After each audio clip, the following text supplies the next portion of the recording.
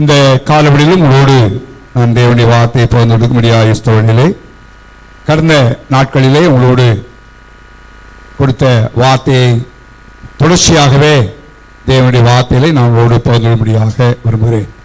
லேவியராமத்தின் புத்தகம் 26ஆம் அதிகாரத்துக்கு நேராய் திரும்ப விரும்புகிறேன். லேவியராமத்தின் புத்தகம் 26ஆம் அதிகாரம் 12ஆம் வசனத்தை நம்ம சேர்ந்து வாசிப்போம். லேவியராமத்தின் புத்தகம் 26ஆம் அதிகாரம் 12ஆம் வசனத்தை எல்லாம் சேர்ந்து வாசிக்கலாம். லேவியராகமம் 26:12. நான் உங்கள் நடுவிலே உலாவி உங்கள் தேவனாயிருப்பேன், நீங்கள் என் ஜனமாயிருப்பீர்கள். அல்லேலூயா. நான் உங்கள் தேவனாயிருப்பேன், நீங்கள் என் ஜனமாயிருப்பீர்கள். கடந்த நாட்களிலே ஆண்டுடைய ஜனம் என்று சொல்ல இடத்திலே நாம் தேவன் ஜனம் என்று, என்னுடைய ஜனம் என்று யாரை கத்த சொல்லுகிறார் என்பதை குறித்து முந்தின வார்த்தை நான் இங்கே இருக்கும் பொழுது பகிர்ந்து கொண்டேன். தேவ ஜனம் யார் என்பதை குறித்தான காரியத்தை நாம் தேவனுடைய ஜனமாய் இருக்க வேண்டுமானால் வேதம் சொல்லுகிற இப்படிப்பட்ட ஜனமாய் நாம் இருக்க வேண்டும் என்பதை குறித்து நான் உங்களோடு பகிர்ந்து கொண்டேன். இந்த காலவெளியிலே நான் உங்கள் தேவனாய் இருப்பேன் என்று சொன்ன அந்த தேவனை குறித்து, நாம் ஆராதிக்கிற அந்த ஆண்டவரை குறித்து சில காரியத்தை நாம் அறிந்து கொள்ளும்படியாய் கர்த்தருடைய ஆவியானவரிடத்திலே பாரப்படுத்தினதினாலே நான் அதை குறித்த சில வார்த்தைகளை உங்களோடு பேசும்படியாய் விரும்புகிறேன். நம்முடைய தேவனை குறித்த ஒரு அறிந்து வேதம் முழுவதும் ஆண்டவரை குறித்து ஏராளமான காரியங்கள் சொல்லப்பட்டிருந்தாலும் ஒரு குறிப்பிட்ட சில காரியங்களை குறித்து நம்முடைய தேவன், நாம் அவருடைய ஜனமாய் இருக்கிறோமே, நம்முடைய தேவன் எப்படிப்பட்டவர் என்பதை சற்று நாம் அறிந்து கொள்வோமானால் இன்னும் நாம் அவரை கிட்டிச் சேருவதற்கு, இன்னும் அவரை நாம் பற்றிக் கொள்வதற்கு, இன்னும் அவருடைய அன்பிலே நாம் வளருவதற்கு அது மிகுந்த உறுதுணையாக இருக்கும். அநேக நேரங்களில் நாம் ஆண்டவரை ஆராதிக்கிறோம், தொழுது கொள்கிறோம், ஆண்டவரை குறித்து அறிந்து கொள்ளுதல் இல்லாத ஒரு நிலைமை இருக்கிறது என்பதை நான் வேத வசனத்தின் மூலமாக நான் சுட்டிக்காட்டும்படியாய் விரும்புகிறேன். ஆகவே நம்ம ஆண்டவரை குறித்து சொல்லப்பட்ட சில வார்த்தைகள், நம்முடைய தேவன் யார், எப்படிப்பட்டவர் என்பதை குறித்து சொல்லப்பட்ட வார்த்தைகளை குறிப்பிட்ட நேரத்தில் வரையறை படுத்தி நான் உங்களோடு பேசும்படியாக விரும்புகிறேன். யோசுவாவின் புத்தகத்தை திருப்பிக் கொள்ளுங்கள். யோசுவாவின் புத்தகத்தில் தேவனை குறித்து யோசுவா சொல்லும்போது சொன்ன ஒரு வார்த்தையை நான் நினைவுபடுத்தும்படியாக விரும்புகிறேன். யோசுவாவின் புத்தகம் 3ஆம் அதிகாரம், யோசுவாவின் புத்தகம் 3ஆம் அதிகாரம் 10ஆம் வசனத்தை வாசியுங்கள். ஜீவனுள்ள தேவன் உங்கள் நடுவே இருக்கிறார். நம்முடைய ஆண்டவர் நான் உன் தேவனாய் இருப்பேன் என்று சொன்னாரே, அந்த தேவன் ஜீவனுள்ள தேவன் என்று சொல்லப்படுகிற ஒரு வார்த்தையை வாசிக்கிறோம். நானும் நீங்களும் ஆராதிக்கிற தேவன் ஜீவனுள்ள தேவன். எப்படிப்பட்ட தேவன் சொல்லுங்க பார்ப்போம். ஹல்லேலூயா. அண்ணன் நினைக்கிறேன் அடுத்த வாரம் தானே ஈஸ்டர், அடுத்த வாரம் தானே உயிர்த்தலை பற்றி பேச நினைக்கிறேன். இல்லை, ஆண்டவர் இன்னைக்கு குட் ஃப்ரைடே என்பதை நம்ம நினைவுறும், ஒரு நாளில் நினைவுறும். ஆனால் ஆண்டவர் வெள்ளிக்கிழமை செத்தார் இல்லை, வரப்போற ஞாயிற்றுக்கிழமை உயிர்த்தல போறாரு இல்லை, மரித்தேன் ஆனாலும் என்ன பண்ணிட்டேன், சதாக்கள் நினைக்கிறேன். இந்த அறிந்து கொள்ள வேணும். இன்னைக்கு அநேகருக்கு ஈஸ்டர் வந்தா தான் ஆண்டவர் உயிர்த்தெழுந்த மாதிரி, அது பிற அடுத்த நாளே செத்து போவார் அவர், அது பிற ஆண்டவர் காணாம போவார். அதல்ல, ஆண்டவர் உயிர்த்தெழுந்த ஆண்டவனுடைய வாழ்க்கையிலே ஜீவனுள்ள தேவன் என்கிற உணர்வு நமக்குள்ளே உண்டாக வேண்டும். நான் ஏன் சொல்றேன், சில நேரத்தில் நம்முடைய வாழ்க்கையிலே அதை குறித்து அறிந்து கொள்ளுதல் இல்லை. நமக்கு எல்லாரும் தெரியும் ஜீவனுள்ள தேவன் உயிரோடு இருக்கிறார், பாடலாம், எல்லாம் செய்யலாம். ஆனா உண்மையிலே ஆவியிலே ஜீவனுள்ள தேவன் என்பதை ஆண்டவரை குறித்து அறிந்திருப்போமானால் இன்னும் ஆண்டவர் அதிகமாக கிட்டி சேருவோம். அவருடைய ஜீவனுள்ள தேவனுடைய ஜனமாய் நாம் இருக்கிறோம் என்று சொன்னால் அதை காட்டிய பெரிய பாக்கியம் இல்லை என்பதை நாம் உணர்ந்து கொள்வோம். அவை ஜீவனுள்ள தேவனுடைய பிள்ளைகளாய்த்தான் அவர் தான் சொன்னால், நீங்கள் என் ஜனமாய், நான் உங்கள் தேவனாய் இருப்பேன், நீங்கள் என் ஜனம் என்று சொல்லும் பொழுது ஜீவனுள்ள தேவனுடைய பிள்ளைகளாக, அவருடைய ஜனமாக நானும் நீங்கள் இருக்கிறோம். அல்லேலூயா. அந்த ஜீவனுள்ள தேவன் என்கிற அந்த அறிந்துகொள் சொன்ன போல நம்முடைய உள்ளத்தின் ஆழத்தில் நான் காணப்பட வேண்டும். 2 ராஜாக்களின் புத்தகத்தில் எசேக்கியா ராஜாவை குறித்து சொல்லப்பட்ட ஒரு வார்த்தையை சொல்லப்படுகிறது. வாசிப்போம். 19ஆம் அதிகாரம் 2 ராஜாக்களின் 19ஆம் அதிகாரம் 16ஆம் வசனத்தை வாசிப்போம். ம் ம் ம் ம் நல்லா கவனிங்க. இங்கே எசேக்கியா அவன் ஜெபிக்கிற ஒரு ஜெபத்தை பார்க்கிறோம். அசீரிய ராஜா அவனுக்கு விரோதமாய் வந்த வழியிலே சனகரிப்பு அனுப்புகிறான். சனகரிப்பு வருகிறான் விரோதமாக. அவனிடத்தில் நிருபங்கள் கொடுத்து அனுப்பப்படுகிறது. அது மாத்திரமல்ல, பயங்கரமான வார்த்தைகளை சொல்லி ஜனங்களை கலங்கடிக்கிற ஒரு நிலைமை உண்டாகிறது. கலங்கடிக்கிற நிலைமை. அப்பொழுது எசேக்கியா சொல்லுகிறான், உங்களது செவியை சகித்துக் கொள்ள வேண்டாமே, கர்த்தாவே உங்களுடைய கண்ணை திறந்து பாரும். சனகரிப் என்ன யாரும் சொல்லப்படுகிறது? ஜீவனுள்ள தேவனை நிந்திக்கும்படிக்கு சொல்லி அனுப்பின வார்த்தை செய்யும் கேடும். அப்படி வாழ்க்கையிலே பிரச்சனை நேரத்தில், கஷ்டத்தின் நேரத்தில், போராட்டத்தின் நேரத்தில், நெருக்கத்தின் நேரத்தில் நம்முடைய தேவன் ஜீவனுள்ள தேவன் என்கிற உணர்வு இருக்குமானால் நம்ம பயந்து சொல்லலாம். தேவ சமூகத்தில் போய் நாம சொல்லுவோம் ஹல்லேலூயா. அவன் சொல்ல பாருங்களேன், கண்களை பாரு ஆண்டவரே, நீங்க திறந்து வாரும் கேளும் இப்படிலாம் சொல்ல. யார்? ஜீவனுள்ள தேவன் நீர் ஆண்டவரே, உண்மை நிந்திக்கும்படியாய் ஆண்டவர் மகா பெரிய வெற்றியை தேவன் கொடுத்ததை நம்ம பார்க்க முடியும். ஜெயத்தை தந்தார். காரணம் தன்னுடைய ஜனம். இன்னைக்கு நம்முடைய வாழ்க்கையில பிரச்சனை வரும் பொழுது, போராட்டம் வரும் பொழுது, நெருக்கம் வரும் பொழுது, நம்மளுடைய ஜனம் என்கிற உணர்வோடு நான் ஜீவனுள்ள தேவனுடைய பிள்ளையாய் இருக்கிறேன், அவருடைய ஜனமாய் இருக்கிறேன் என்ற உணர்வோடு அவரை கிட்டிச்சிருவோமானால் நம்முடைய வாழ்க்கையில பெரிய ஜெயத்தை தேவன் தருவார். ஹல்லேலூயா, ஹல்லேலூயா. அதே போல 1 சாமுவேல் 17 அதிகாரத்தில் தாவீதின் வாழ்க்கையில நீங்கள் பார்ப்பீர்களானால், சமஸ்த இஸ்ரவேலும் அங்கே கோலியாத்துக்கு முன்பதாக சவுலின் தலைமையின் கீழே யுத்தத்திற்கு போனதை பார்க்கிறோம். சவுல் பெரிய ராஜா இருக்கிறான், ஏராளமான யுத்த தளவாடங்கள் இருக்கிறது, எல்லாம் இருக்கிறது. ஆனால் கோலியாத்தோடு எதிர்த்து நிற்க ஒருவனும் இல்லை, ஒருவருமே இல்லை. 40 நாட்கள் கோலியாத் அறைகொள் விடுகிறான். ஒருவனை இடத்தில் அனுப்புங்கள், நான் ஜெயித்தால் நீங்கள் எல்லாம் அடிமை, உங்களிடத்தில் வருகிறவன் ஜெயித்தால் நாங்கள் எல்லாம் உங்களுக்கு அடிமை என்று சொல்லுகிறான். இவர்கள் யுத்தத்துக்கு தான் போயிருக்கிறார்கள். 40 நாட்கள் அணிவகுத்தில் இருக்கிறார்கள். ஒன்றும் முடியவில்லை. யார் இவர்கள்? யெகோவாகிய தேவனை வணங்கினவர்கள், ஜீவனுள்ள தேவனை தெய்வமாய் கொண்டவர்கள். ஆனால் அவங்களுக்குள்ள தங்களுடைய ஆண்டவர், தாங்கள் ஆராதிக்கிற ஆண்டவர் ஜீவனுள்ள தேவன் என்கிற ஒரு உள்ளான உணர்வு அற்றவளாய் காணப்பட்டார்கள். கோலியாத் அங்கே நின்று கதறும் போது தாவீது தன்னுடைய சகோதரரை பார்க்க முடியாய் தகப்பனால் அனுப்பப்பட்டு போகிறான். கோலியாத் நின்று கத்திக் கொண்டிருக்கிறான். இப்பொழுது தாவீதுடைய எண்ணங்களாம் வேற.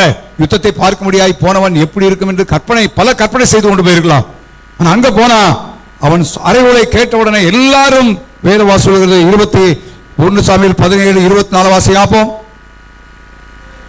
இஸ்ரவேல் எல்லாரும் அந்த மனுஷனை காணும் பொழுது மிகவும் பயப்பட்டு அவன் முகத்தை என்ன செய்வார்கள்? உலகி ஓடி போவார்கள். இப்படியாய் 40 நாள் நடந்து கொண்டிருக்கிறது. வேதம் சொல்கிறது. இந்த காரியங்களை அவன் சொல்லிக் கொண்டிருக்கிற 23 வசனத்தில் வாசிக்கிறோம். அந்த பெலிஸ்தரின் சேனையிலிருந்து எழும்பி வந்து நின்று முன் சொன்ன வார்த்தைகளையே என்ன செய்தான்? கோலியாத் சொல்லுகிறான். தாவீது அதை என்ன செய்தான்? கேட்டான். ரொம்ப அருமையான வார்த்தை. அப்ப எல்லாரும் கேட்டாங்களா? கேட்கலையா? எல்லாரும் கேட்டாங்க. எல்லாரும் கேட்கறதுக்கும் தாவீது கேட்கறதுக்கு என்ன இருக்குது? இப்ப வித்தியாசம். தாவீது கேட்டான். அவன் கேட்டது என்ன? எல்லாரும் கேட்டார்கள். ஆனா அவங்களுக்குள்ள ஒரு உள்ளான உணர்வு இல்லை. இந்த கோலியாத் அவன் நின்று அனுப்புங்கள் என்று சொல்றது மாத்திரமல்ல, இந்த இஸ்ரவேலின் தேவனை அவன் என்ன செய்தான்? நிந்தித்தான். எப்படி அந்த சனகரிப் நிந்தித்தானோ, எசேக்கியா ராஜா சொல்லுகிறான், ஆண்டவரே இந்த சனகரிப் ஜீவனுள்ள தேவனை என்ன செய்தாங்க? நிந்தித்தான் ஆண்டவரே, நிந்திக்கிறான் ஆண்டவரே சொல்றது போல இவனும் ஜீவனுள்ள தேவனை நிந்தித்தான். அந்த நிந்திக்கிற வார்த்தையை எல்லாரும் கேட்டாங்க. ஆனா எல்லாருக்கும் ஒரு உணர்வு இல்லை. ஆனா தாவீதுக்கு மாத்திரம் உணர்வு என்னன்னா, நான் ஆராதிக்கிற ஆண்டவர், நான் பின்பற்றுகிற ஆண்டவர் ஜீவனுள்ள தேவன் என்கிற உணர்வு வந்தது. ஹல்லேலூயா, ஹல்லேலூயா. அவை இன்னைக்கு ஆண்டவரை பின்பற்றலாம், ஆண்டவரை ஆராதிக்கலாம், ஆண்டவர் எல்லாம் செய்யலாம், ஜீவனுள்ள தேவன் வாயில சொல்லலாம். ஆனா உள்ளத்தின் ஆழத்துல நான் ஆராதிக்கிற தேவன் ஜீவனுள்ள தேவன், அவருடைய ஜனமாய்த்தான் இருக்கிறேன் என்ற உணர்வு இருக்குமானால் நம்முடைய வாழ்க்கையில போராட்டங்கள் வந்தாலும், பிரச்சனை வந்தாலும், எத்தனை யுத்தங்கள் வந்தாலும் நாம் அதுக்கு பயப்பட வேண்டிய அவசியம் இல்லை. ஹல்லேலூயா. அந்த தாவீது சொன்ன வார்த்தை தான். ராஜாட்ட போய் சொல்ற வார்த்தையை கேட்டீங்கன்னா 32 வசனம் வாசிங்க பார்ப்போம்.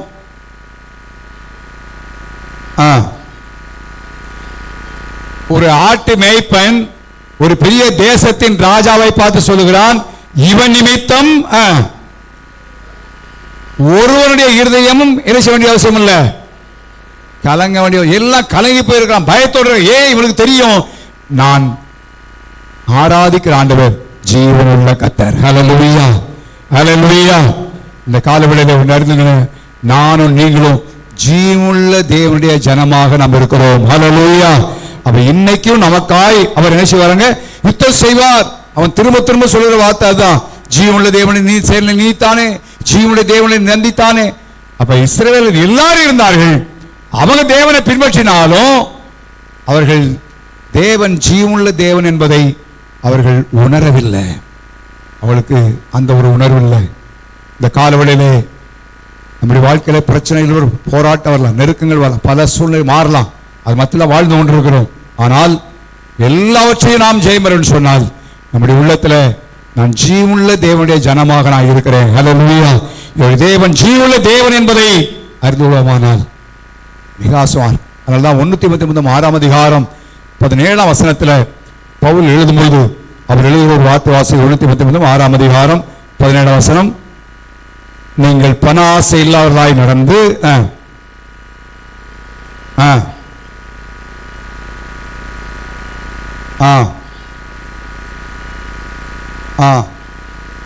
நாம் அனுபவிப்பதற்கு சகலவிதமான நன்மைகளையும் சம்பூர்ணமாய் தருகிற ஜீவனுள்ள தேவன், பணத்தின் மேல் நம்பிக்கையாராமல், ஐஸ்வர்யத்தின் மேல் நம்பிக்கையாயிராமல், சேர்த்து வைத்த சொத்துக்களின் மேல் நம்பிக்கையாயிராமல் சொல்றாரு, ஜீவனுள்ள தேவன் மேல் இருக்கிறவர் நாம் அனுபவிப்பதற்கு எல்லா நன்மைகளையும் எப்படி கொடுக்கிறாரா, சம்பூர்ணமாய் கொடுக்கிற ஆண்டவர். ஹல்லேலூயா. நம்ம தேவன் ஜீவனுள்ள தேவன் என்பதை அறிவோமானால், அந்த உணர்வு இருக்குமானால் பிரச்சனை போராட்டங்கள் சொல்லியே புலம்பிக்கிட்டு இருக்க மாட்டோம். இல்லை, நான் அந்த உலகத்தை அனுபவிப்பதற்கு எல்லா நன்மைகளையும் தருகிறவர் அந்த ஜீவனுள்ள தேவன். ஹல்லேலூயா. அவருடைய ஜனமாய்த்தான் நாம் இருக்கிறோம் என்பதை அறிந்து கொள்ள வேண்டும். இரண்டாவதாக சொல்லும் பொழுது ஆதியாகம புத்தகம் 17 முதல் வசனத்தை வாசியுங்கள். தேவன் தன்னை குறித்து சொல்லும்போது சொல்லுகிறார், ஆபிரகாம் 99 வயதாக இருக்கும் பொழுது கர்த்தர் ஆபிரகாமுக்கு தரிசனமாகி, நான் சர்வ வல்லமையுள்ள தேவன், நானும் நீங்களும் ஆராதிக்கிற ஆண்டவர், நான் உங்கள் தேவனாய் இருப்பேன் என்று சொன்ன அந்த தேவன் யார் என்று சொன்னார், சர்வ வல்லமையுள்ள தேவன். எல்லாரும் சொல்லுவாங்க, என்ன தேவன்? ஹல்லேலூயா. ஆதியாகமத்துல நீ வாசித்தீங்கன்னா திரும்ப திரும்ப திரும்ப திரும்ப சர்வவல்லமையுள்ள தேவன், சர்வவல்லமையுள்ள தேவன், சர்வவல்லமையுள்ள தேவன் என்கிற வார்த்தை அதிகமாய் பயன்படுத்தப்படுகிறது வாசிக்கிறோம். ஆல்மைட்டி காட், எல் ஷடாய் என்ற வார்த்தை பயன்படுத்தப்படுகிறது. எல்லா தேவையை சந்திப்பவர், தாயை போன்றமை பராமரிப்பவர், நம்முடைய காரியங்கள் எல்லாவற்றையும் சப்ளை பண்ணக்கூடிய ஆண்டவர் அவர்தான் இந்த சர்வ தேவன். ஆபிரகாமுக்கு ஆண்டவர் எந்த விதத்திலே சொன்னார்? ஆதியாகமம் 14 ஆண்டவர் ஆபிரகாமுக்கு வாக்கு பண்ணினார், வானத்தின் நட்சத்திரங்களைப் போல உன் சந்ததியை நான் பெருகப்படுவேன் என்றெல்லாம் ஆண்டவர் சொன்னார். ஆனால் சாராளுடைய வார்த்தைக்கு அவன் கீழ்ப்படிந்து ஆகாரை அவன் சேர்த்துக் கொண்டான். பிறகு பார்த்தீங்கன்னு சொன்னா 13 ஆண்டு காலங்கள் ஆபிரகாமுக்கும் தேவனுக்கும் எந்த விதமான தொடர்பும் இல்லை, எந்த விதமான தொடர்பும் இல்லை. திரும்ப 17 அதிகாரத்தில் ஆண்டவர் திரும்ப சொல்றாரு, அப்பா நான் யார்? சர்வ வல்லமையுள்ள தேவன். ஹல்லேலூயா. அப்படின்னா என்ன அர்த்தம்? உன் தேவையை சந்திக்க முடியுமாப்பா, உனக்கு அற்புதம் செய்ய முடியும், என் வார்த்தை உன் வாழ்க்கையை நிறைவேற்ற முடியும் என்று அவருடைய வாழ்க்கையை மாற்றி அமைத்தார்.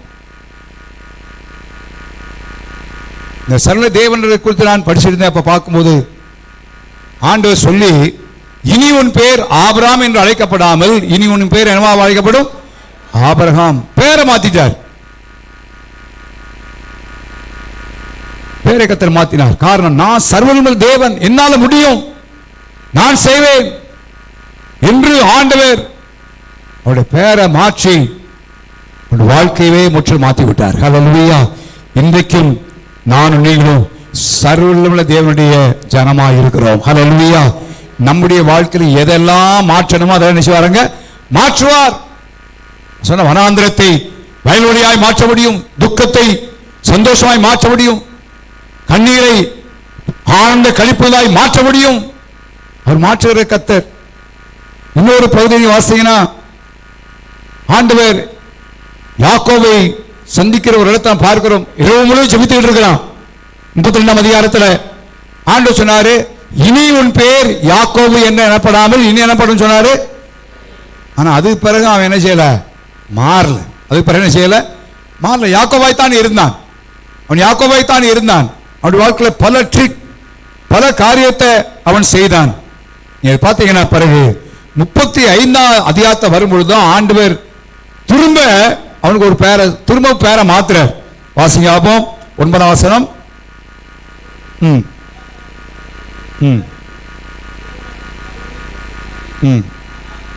அவனை ஆசிரியத்து 32ஆம் அதிகாரத்தில் ஆண்டவர் யாக்கோபை மாற்றினார். ஆனா அது பிறகு அவன் என்ன செய்யல, மாறல. அப்படியே தான் இருந்தான், மாறல. அதனால திரும்ப தேவன் அவனுக்கு தோன்றி, இனி உன் பேர் யாக்கோபு அல்லப்பா, இனிமே உன் பேர் யாக்கோபு எனப்படாமல் இஸ்ரவேல் என்ன செய்யும் சொல்லப்படும் என்று சொல்லி அவனுக்கு இஸ்ரவேல் பெயரிட்டார். 11ஆம் வசனம். இங்கேயும் சொல்ற பேரை மாத்திர இடத்துல ஆண்டவர் என்ன சொல்றாரு, நான் சர்வ வல்லமுள்ள கர்த்தர். ஹல்லேலூயா. அங்க ஆபிரகாமுக்கு பெயரை மாற்றும், இனி பிரிய ஜாதியாய் உன்னை மாற்றப் போகிறேன், நான் சர்வவல்ல தேவன் என்று சொன்னார். அதே விதத்தில் தான் ஆண்டவர் இங்கேயும் யாக்கோபுக்கு தேவன் பெயரை மாற்றி இங்கேயும் சொல்கிறார் சர்வவல்ல தேவன் சொல்லிட்டு, நீ பலுகி நிச்சயமாக பெருவாயாக ஒரு ஜாதியும் பற்பல ஜாதிகளின் கூட்டங்களும் உன்னிடத்தில் உண்டாகும், ராஜாக்கள் உன் சந்ததி செய்வார்கள், பிறப்பார்கள். பாருங்க, அவன் நம்பாம இருந்தான். ஆண்டவரை போல சொல்கிறார் சர்வவல்ல கர்த்தர் எதிர்காலத்தில் ஒரு பெரிய ஆசீர்வாதத்தை தேவன் தருகிறதை பார்க்கிறோம். ஹல்லேலூயா. இது நம்முடைய ஆண்டவர் சர்வவல்ல கர்த்தர். ஹல்லேலூயா. அவருடைய ஜனமாய்த்தான் நம்முடைய வாழ்க்கையில் இருக்கிறோம். அவர் நம்முடைய வாழ்க்கையிலும் அற்புதத்தை செய்வார், அதிசயத்தை செய்வார், பெரிய விருத்தியை ஏற்படுத்துவார், பெருக்கத்தை தேவன் தருவார். ஏசாவுக்கு பயப்படுகிறான், அப்படிப்பட்ட நிலைமையெல்லாம் காணப்படுகிறது. ஆபிரகாமுடைய வாழ்க்கையில் இனி என் வாழ்க்கையில் என்ன அப்படின்ற ஒரு நிலைமை தான். கர்த்தர் அவருடைய பேரெல்லாம் மாற்றி தன்னை சர்வவல்ல தேவனாக தன்னை வெளிப்படுத்தினார். வேதத்தில் பலருடைய வாழ்க்கை ஆதியாகமத்தில் சில வார்த்தைகளை வாசிக்கிறோம். வேதத்தில் சில இடத்துல தன்னை சர்வவல்ல தேவனாய் மாற்றும் பொழுதெல்லாம், காட்டும் பொழுதெல்லாம் தேவன் மகத்துவமான காரியங்களை செய்ய பார்க்கிறோம். இந்த காலவெளியிலே நான் உங்கள் தேவனாய் இருப்பேன் சொன்ன ஆண்டவர் சர்வ வல்லமுள்ள கர்த்தர் என்ற நினைவு நம்முடைய வாழ்க்கையில எல்லா நேரமும் உள்ளத்தில் இருக்கட்டும். ஹல்லேலூயா. அவராலே கூடாத காரியம் ஒண்ணுமே இல்லை. அவன் நினைச்சதுதான். இனி ஆண்டவர் கைவிட்டார். ஆபிரகாமுடைய வாழ்க்கையில 13 ஆண்டு காலங்கள் தேவனோடு தொடர்பில்ல, தன்னுடைய மாம்சத்தின்படி வாழ்ந்து விட்டான்.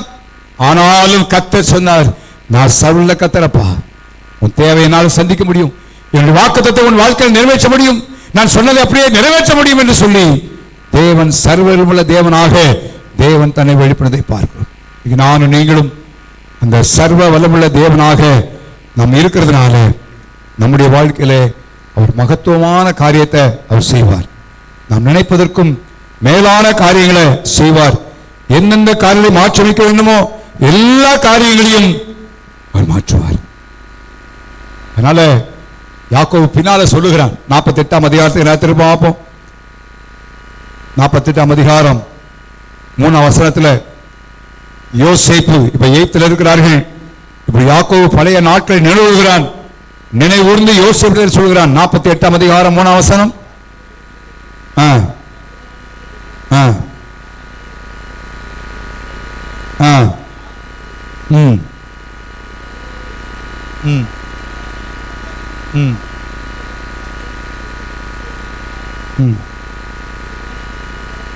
இப்ப சொல்ல யோசேப்பு சொல்கிறான், அப்பா இந்த ஆண்டவரை சேர்ந்த நீங்க பெரிய ஆசீர்வாதம் தந்துட்டாரு, நீ இருக்கிற எல்லாம் அந்த ஆண்டு வாக்குத்தத்தம் நிச்சயமா நிறைவேறும்.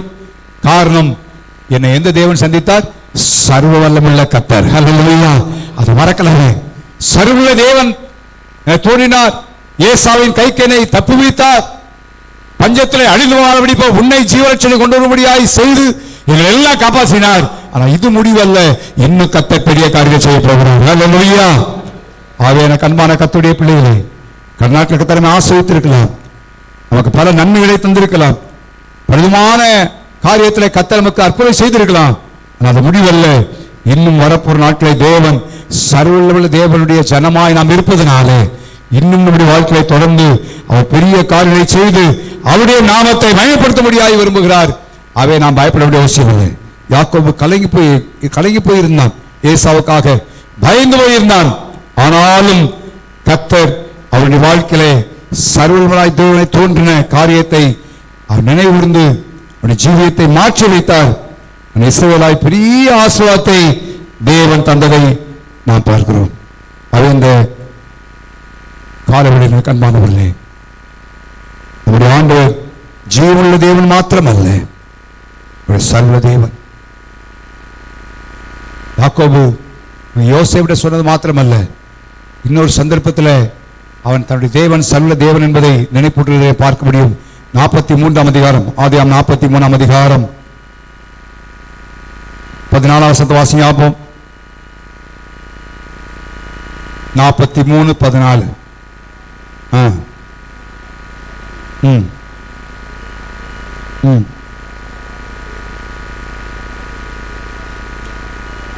நல்லா கவனிங்க. இப்ப அவர்கள் பஞ்சத்துக்கு தானியம் உள்ள போகிறார்கள். முதல் முறை போனாங்க. அவன் அவங்க தம்பி ஒருத்தர் இருக்கிறான்றத அறிந்து கொண்டு சொன்னான், அவன் வர்ற வரைக்கும் தானியம் அனுப்ப மாட்டேன், நான் அனுப்ப மாட்டேன்னு சொல்கிறான். வேற வழி இல்லை.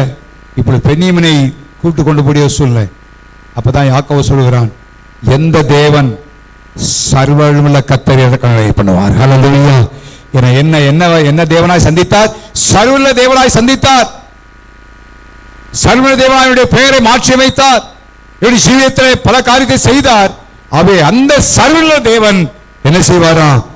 உனக்கு என்ன செய்வாரு? இரக்கம் கிடைக்க பண்ணுவார். இந்த காலவெளியிலும் அவருடைய ஜனமாகிய நமக்கு நம்முடைய தேவன் மனுஷன் மத்தியிலே மற்றொரு மத்தியிலே சர்வ வல்லமுள்ள தேவனா இருப்பதனாலே இரக்கம் கிடைக்க முடியாய் கர்த்தர் செய்வார். ஹல்லேலூயா. ஒரு வேலை ஸ்தலத்தில், உங்க சொந்தக்கார மத்தியிலே, இப்படி பணியிடங்கள்ல எந்த பகுதியில் இரக்கம் கிடைக்க வேண்டுமோ அந்த பகுதியில் இரக்கம் கிடைக்க முடியாய் கர்த்தரே அவர் செய்வார். அவரே செய்வார். அவே அந்த உணர்வு இருக்கட்டும். தாவீது போல ஜீவனுள்ள தேவன் என்கிற உணர்ந்தது போல யாக்கோபு திரும்ப திருமணிப்பான், என் தேவன் சர்வ தேவன், சர்வ கர்த்தர் என்று சொல்லி அதை மறவாதபடி நினைவுனால வாழ்க்கை ஆசிரியக்கப்பட்டது. இந்த காலவெளியிலும் நான் நீங்களும் சர்வ வல்லமுள்ள தேவனுடைய ஜனமாய் இருக்கிறோம் என்பதை நாம் உணர்ந்து கொள்வோமானால் நம்முடைய வாழ்க்கையிலே தேவன் பல தீமைகளுக்கு விலகி பாதுகாப்பார். சொன்ன வாக்குத்தத்தங்களை நிறைவேற்றுவார். அது மாத்திரமல்ல, தேவன் நமக்கு இரக்கம் கிடைக்கும்படியாக அவர் செய்வார். அவருடைய ஆண்டவர் ஜீவனுள்ள தேவன், அவர் சர்வவல்லமுள்ள தேவன். உபாகமத்தின் புத்தகம் 7ஆம் அதிகாரம் 9ஆம் வசனத்தை வாசிப்போம். உபாகமத்தின் புத்தகம் 7ஆம் அதிகாரம் 9ஆம் வசனம்.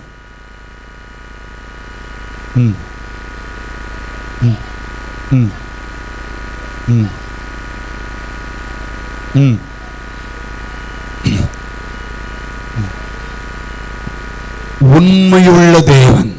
எப்படிப்பட்ட தேவன்? சத்தமா சொல்லுங்க அப்பா. எப்படிப்பட்ட தேவன்? உண்மையுள்ள தேவன். உடன்படிக்கையும் கிருபையும் 1000 தலைமுறை மட்டும் காப்பதற்கு அவர் உண்மையுள்ள தேவன் என்று எழுதப்பட்டுகிறது. பவுல் அழகாய் சொல்லுகிறார். 2 தீமோத்தேயு புத்தகம் 2ஆம் அதிகாரம் 13ஆம் வசனம் வாசிப்போம்.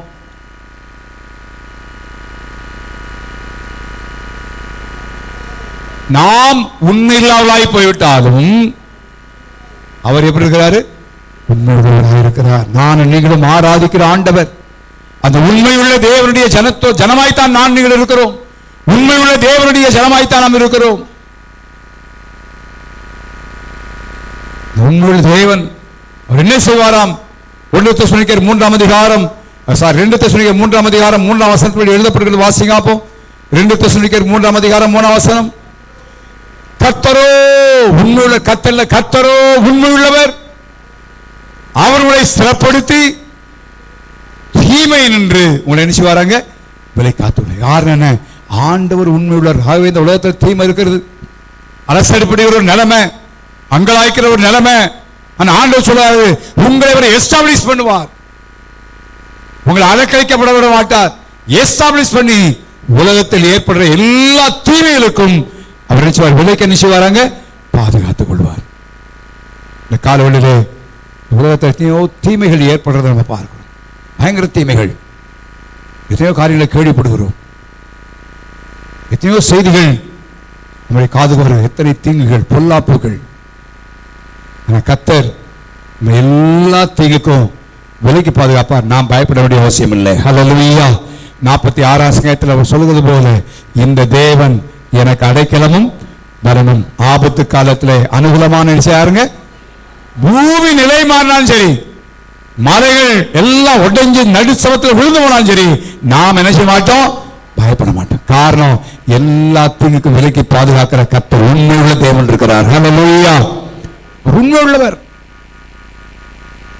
மனிதனை பார்த்து மனிதன் சொல்ல, அவர் சொல்லிட்டு செய்யாம இருக்க மாட்டார். அதனால என்னாமத்தில் சொல்றாரு, அவர் சொல்லியும் செய்யாதிருப்பாரோ, வசனித்தும் நிறைவேற்றாதிருப்பாரோ, சொன்ன செய்வார், நிச்சயமா செய்வார். அந்த தேவனை குறித்த அறிந்து கொள்வது நமக்கு தேவை. நான் சொல்ல போல எழுத்தறிவில் இல்லை. இன்னைக்கு எப்படி தாவீது எல்லாரும் உள்ள தேவனை தான் ஆராய்ச்சாங்க, தெரியும் எல்லாருக்குமே. ஆனா தாவீதுக்கு மாத்திரம் தான் உள்ள உணர்வு இருந்தது. இன்றைக்கு என்னுடைய வெளிப்பாட்டு அறிவினமாய் அறிந்து கொள்ள வேணும். என் ஆண்டவர் ஜீவனுள்ள தேவன், அவர் சர்வமுள்ள தேவன், அவர் உண்மையுள்ள தேவன். அதனால என்னுடைய உண்மை நிமித்தமாய் அல்ல, என்னுடைய பக்தி நிமித்தமாய் அல்ல, அவர் உண்மையுள்ளா இருக்கிறதுனால என்னை எல்லாத்தையும் கணிச்சுவாராங்க, விலையை பாதுகாப்பார். அதை ட்ரஸ்ட் பண்ணுவோம், அதை நம்புவோம், அதை விசுவாசிப்போம். இந்த உண்மையுள்ள தேவன் 1000 தலைமுறை மட்டும் உடன்படிக்கையும் கிருபையை அனுசரிச்சாங்க காக்கிற உண்மை உள்ள தேவன். அதனால்தான் வாக்குத்தத்தம் பண்ணியவர் உண்மை உள்ளவராய் இருக்கிறார் என்று எழுதப்படும். காலங்கள் மாறலாம், சூழ்நிலை மாறலாம், ஆனா வாக்குத்தத்தம் பண்ணி கர்த்தர் ஒரு நாள் மாற மாட்டார். ஹல்லேலூயா. வாக்குத்தத்தம் மாறாது. வாக்குத்தத்தமான கர்த்தர் நினைச்ச மாட்டாரு, மாறும். சொன்னா அதை கர்த்தர் நினைச்சுவார், நிறைவேற்ற. ஒருவேளை காலங்கள் தாமதிக்கலாம், காலங்கள் ஆகலாம், சில ஆண்டுகள் ஆகலாம், சில நாட்கள் ஆகலாம். நமக்கு சில இடத்துல ஆண்டுகளில் பொறுத்திருப்பதை குறித்து ரொம்ப கஷ்டம். ஆபிரகாம் சொன்னாரு, 25 ஆண்டு காலங்கள் கழித்து நிறைவேற்றார். யோசேப்பு சொப்பனத்தை கொடுத்தார், 13 ஆண்டு காலங்கள் கழித்து செய்தாங்க, கர்த்தர் கொடுத்தார். தாவீதுடைய வாழ்க்கையிலே ஆடுகளை மேய்த்து கொண்டிருக்கும் பொழுது கர்த்தர் தரிசனம் கொடுத்தார். ஆனால் 40வது 30வது வயதில் கர்த்தர் அதை நிறைவேற்றினார். எல்லாருடைய வாழ்க்கையிலே பாருங்க, நம்முடைய வாழ்க்கையில என்ன வாக்குத்தத்தங்களை கொடுத்திருக்கிறாரு, என்ன காரியங்களை சொல்லியிருக்கிறாரு. ஒருவேளை நாம் மறந்திருக்கலாம், தேவன் மறக்க மாட்டார். ஹல்லேலூயா. வேதம் நாம் உண்மையாக நாம் ஆண்டுடைய காரியங்களில் ஜெபிப்பதில், வேத வாசிப்பில், கர்த்தருக்காய் வாழ்வதில் நாம் உண்மையற்றலாய் போயிடலாம்.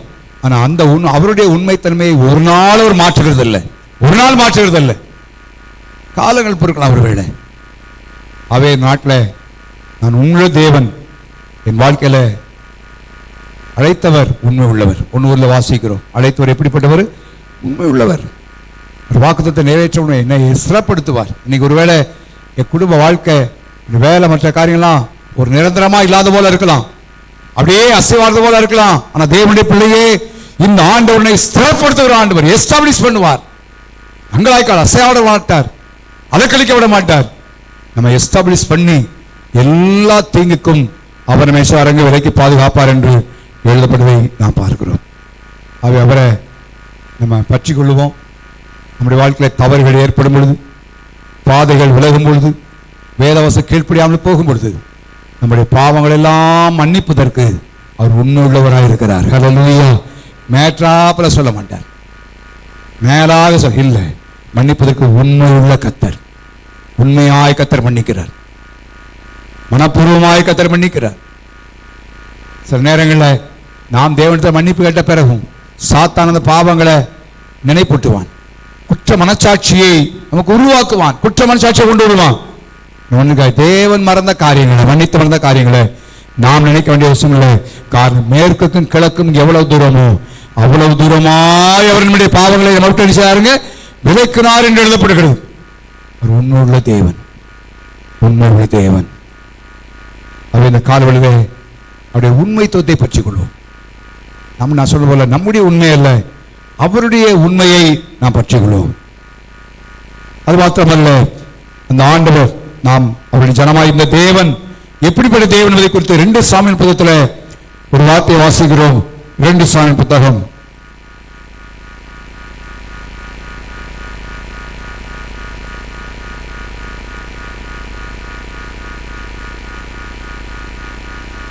2ஆம் அதிகாரம் 1 சாமுவேல் புத்தகம் 2ஆம் அதிகாரம் 3ஆம் வசனம்.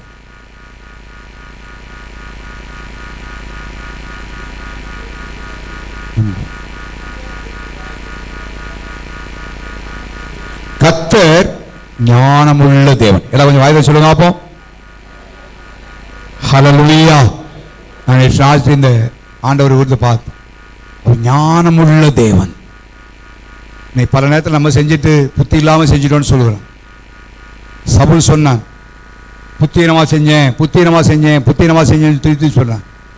ஆனால் நம்முடைய தேவனை குறித்து பார்க்கும்பொழுது நம்ம ஆராதிக்கிற தேவன் ஞானமுள்ள தேவன் என்று எழுதப்பட்ட வார்த்தையை நாம் பார்க்கிறோம். கொலோசியர் 2ஆம் அதிகாரம் 3ஆம் வசனம் வாசிங்க பார்ப்போம். கொலோசியர் 2:3. அவருக்குள் என்ன இருக்கிறதா? ஞானம், அறிவு, என்னுடைய பொக்கிஷம் எல்லாம் அடங்கிரு. அப்ப அந்த ஞானமுள்ள தேவன் அதான் சொல்றாரு, ஒரு ஞானத்தில் குறைவுள்ளவனாக இருந்தால் யாவருக்கு சம்பூர்ணம் உள்ளவரும் ஒருவரையும் கடிந்து கொள்ளாத தேவனிடத்தில் செய்வாங்க. ஏன்னா ஒரு ஞானமுள்ள தேவன். எனக்கு ஞானம் இல்லையே சொல்றது இல்ல. இந்த ஞானமுள்ள தேவனை நானும் நீங்களும் ஆராதிப்பதனாலே, அவருடைய ஜனமாக இருப்பதனாலே நமக்கு ஞானம் தருகிறார். ஞானமுள்ள தேவன். 1 கொரிந்தியர் 1:30 வாசிக்கிறோம், அவரே தேவனால் நமக்கு ஞானமும் நீதியும் பரிசுத்தமும் மீட்புமானார் என்று எழுதப்படுகிறது. அவரே நமக்கு ஞானமா இருக்கிறார். அவே சொல்றதுல ஞானம் இல்லைன்னு சொல்லி ஆண்டவரே, நீர் ஞானமுள்ள தேவன், உம்முடைய ஜனமா இருப்பதனால அந்த ஞானத்தை எனக்கு கொடுத்திருக்கிறேன் ஆண்டவரே. ஹல்லேலூயா. அந்த ஞானத்தை தாரும். ஆண்டுடைய ஞானத்தை குறித்து நான் பார்த்தவர்களிலே ஒரு காரியம் அதிகமாய் அல்ல சுட்டி காட்டப்பட்ட அல்லது என் உள்ளத்தை சொன்ன பாரப்படுத்தின அல்லது என் உள்ளத்தை அதிக சந்தோஷப்படுத்தின காரியம் சொல்லலாம். 104ஆம் சங்கீதத்தில் நீ வாசிப்பீரானால், 104ஆம் சங்கீதத்தில் வாசிக்கும் பொழுது ஆண்டவர் அதில் சொல்லுகிற வார்த்தையை வாசிக்கும் பொழுது 24ஆம் வசனம் வாசிப்போம். கர்த்தாவே, உங்களுக்கு கிரியைகள் எவ்வளவுத்தெல்லாம் இருக்கிறது. இந்த உலகத்தில் இருக்கிற வானத்தை பூமியை அதெல்லாம் கர்த்தர் எப்படி படைத்தாரோ சத்தமா சொல்லுங்களே. ஹல்லேலூயா. நீ ஆதியாகமம் 1ஆம் அதிகாரத்தை பார்த்தீங்கன்னா படைத்த விதத்தை குறித்து பார்க்கிறோம். 104ஆம் சங்கீதத்தை வாசித்தீங்கன்னா அவருடைய படைப்பின் மிக விசேஷித்த காரியத்தை குறித்து நாம் பார்க்கிறோம். அவருடைய ஞானம் எப்படி ஆண்டவர் படைத்தார், பூமியானது ஒழுங்கின்மை வெறுமையாக இருந்தேன்னு வாசிக்கிறோம். நீங்க ஸ்டெப் பை ஸ்டெப்பா வாசித்தீங்கன்னா வரிசையா தேவன் 1ஆம் நாள் வெளிச்சம், 2ஆம் நாள் தாவரவைகள், 3ஆம் நாள் கனி வர்க்கங்கள், 4ஆம் நாள் வானத்து நட்சத்திரங்கள் எல்லாம், 5ஆம் நாள் கடல் வாழ் ஜந்துக்கள் எல்லாத்தையும் உண்டாக்கிட்டான். 6ஆவது நாள் யாரை உண்டாக்கினார்? இப்ப மனிதனை உண்டாக்கினார். ஹல்லேலூயா. முதல் நாளே மனுஷனை உண்டாக்கல. நீங்க அவசரப்பட்டு அநேகர் சில காலத்து முதல்ல செஞ்சுட்டு ஐயோ இதான் கடைசியில் செஞ்சுக்கணும். எல்லாத்தையும் மனுஷனுக்கு ஏற்படுத்தி வைத்தார். வெளிச்சத்தை உண்டாக்கினாரு, தாவர வர்க்கங்கள் கனி வர்க்கங்கள் எல்லாம் உண்டாக்கிட்டாரு. எல்லாத்தையும் உள்ளாக்கிதான் அடுத்து என்ன உண்டாக்கினாரா? இது ஞானம், மனிதனுடைய ஞானத்தை, தேவனுடைய ஞானத்தை குறித்து எழுதப்படுகிறது. அப்ப என்ன அர்த்தம்? அவருடைய ஜனமாய் நம்முடைய வாழ்க்கையில நாம் இருப்பதனால நம்முடைய வாழ்க்கையில கர்த்தர் ஞானமாய் தான் காரியத்தை நடப்பிக்கிறார். ஹல்லேலூயா, ஹல்லேலூயா. ஒருவேளை நமக்கு வைத்தியமா தெரியலாம், ஞானமாய் கர்த்தர் உண்டாக்கினார். அதில் நீ வாசிக்கிறா அழகாய் எழுதப்படுகிறதை வாசிக்கும் பொழுது, ஞானமாய் படைத்தீர், பூமி உம்முடைய பொருள்களினால் நிறைந்திருக்கிறதா. பூமி யாருடைய பொருளால் நிறைந்திருக்கிறது? ஆண்டுடைய பொருள். வானம், இந்த மரங்கள், செடிகள், மலைகள் எல்லாமே ஆண்டுடைய பொருள். இதெல்லாம் ஆண்டுடைய பொருள், அதனால நிறைந்திருக்கிறதா. 14ஆம் வசனத்தை வாசிக்க ரொம்ப இந்த அதிகாரத்தை வீட்டில் வாசித்து பாருங்க, என்ன அழகாய் சொல்லப்படும், எப்படி உண்டாக்கினான்னு வாசிக்கிறோம். 14ஆம் வசனம், பூமியிலிருந்து ஆகாரம் உண்டாகும்படி அவர் மிருகங்களுக்கும் புல்லையும் மனுஷருக்கு உபயோகமான பயிர் வகையில் என்ன செய்யாருங்க முளைப்பிக்க. இப்ப பயிர் வகையே சாப்பிட்றது இல்லை, அதுதான் வியாதி. உழைச்சவனுக்கு நீ எல்லாம் ஆண்டவர் உண்டாக்குனதை சாப்பிட்றது. யாரோ ஒருத்தர் எழுதினார், தேவன் சீசனல் ஃப்ரூட்ஸ், எந்தெந்த நேரத்தில் எந்தெந்த கனி வர்க்கம் உண்டாகுன்னு சொல்லி அவருக்கு என்ன செய்யும் தெரியும். அந்தந்த கனி வர்க்கத்தை உண்டாக்கி இருக்காராம். அதை ஒழுங்காக சாப்பிட்டாலே மனிதன் எப்படி இருப்பான்னு சொல்லப்படுகிறது, ஆரோக்கியமா இருப்பான். இன்னைக்கு மனிதர்கள் அதை செல்லில்லை. இன்னைக்கு அதை விட்டுட்டு வாய்க்கு ருசியா எல்லாத்தையும் சாப்பிட போய் தான் இன்னைக்கு வியாதியும் பல காரியம் சாங்க வந்திருக்கு. எல்லா தேசத்திலும் நான் பல இடங்களில் போகும்போது வெளிநாட்டில் அங்கே இலங்கையில் போனால் அங்கே வித்தியாசமான பழங்கள் இருக்குது. அந்த சீசனல் ஃப்ரூட்ஸ், அந்தந்த சமயத்திற்கு வருகிற கனிகள் தேவனுக்கு தெரியும். ஆண்டவர் அதுக்குத்தான் முளைப்பிக்கிறார். மனுஷனை உண்டாக்கி சும்மா விடல, அவனுக்காகவே எல்லாவற்றையும் உண்டாக்கி. நீங்க வேதத்தில் நீங்க வரிசையா வாசிக்க பல காரியத்தை அவர் சொல்லிக்கொண்டே வருகிறார்.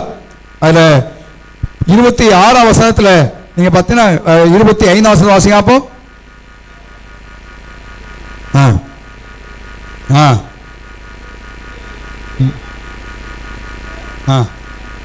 கடல்ல எவ்வளோ ஜந்துக்கள், எல்லா நாட்டிலையும் மீன் சாப்பிடதான் செய்யறாங்க, அப்படிதானே? எல்லா வீட்டிலும் என்ன சாப்பிட்றாங்க? ஆனா மீன் பிடிக்க போன ஆளுக்கு கிடைக்காம வந்துருதா? இல்லை, எல்லாருக்கும் கத்த திருப்தியாக கொடுக்குறாரு. யோசிச்சு பாருங்க, மனுஷனை உண்டாக்கி ஆண்டவர் எவ்வளவு ஞானமா எவ்வளவு காரியத்தை செய்து பாருங்க. மனிதனுக்காக ஏற்படுத்தப்பட்டவர்கள். அதுல இன்னும் அழகா அந்த 26ஆம் வசனம், அதுல கப்பல்கள் ஓடும்.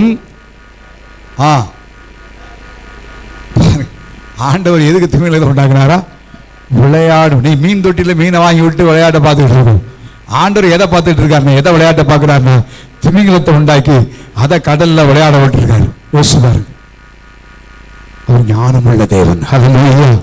இதெல்லாம் பார்க்கும்போது ஆண்டோடைய ஞானத்தை விட அப்பேற்பட்ட தேவனுக்கு தான் நானும் நீங்களும் ஜனமா இருக்கிறோம். ஹல்லேலூயா. அப்பேற்பட்ட அதை யோசிச்சு பாரு. ஏதோ ஒரு ஆண்டவர் இல்லை, ஏதோ ஒரு சாதாரண கர்த்தர் இல்லை, இப்படிப்பட்ட தேவனுக்கு தான் நாம் ஜனமா இருப்போம் என்றால் நாம் எவ்வளவு பெரிய பாக்கியமுள்ள ஜனம் என்பதை யோசிச்சு பாருங்க. அவருக்கு நாம் எவ்வளவு கடமைப்பட்டிருக்கிறோம். ஞானமுள்ள தேவன். ஒரு ஞானத்தை குறித்து அதிகமாய் சொல்லப்பட்ட பகுதியை நாம் வாசிக்கிறோம். போய் வாசிங்க.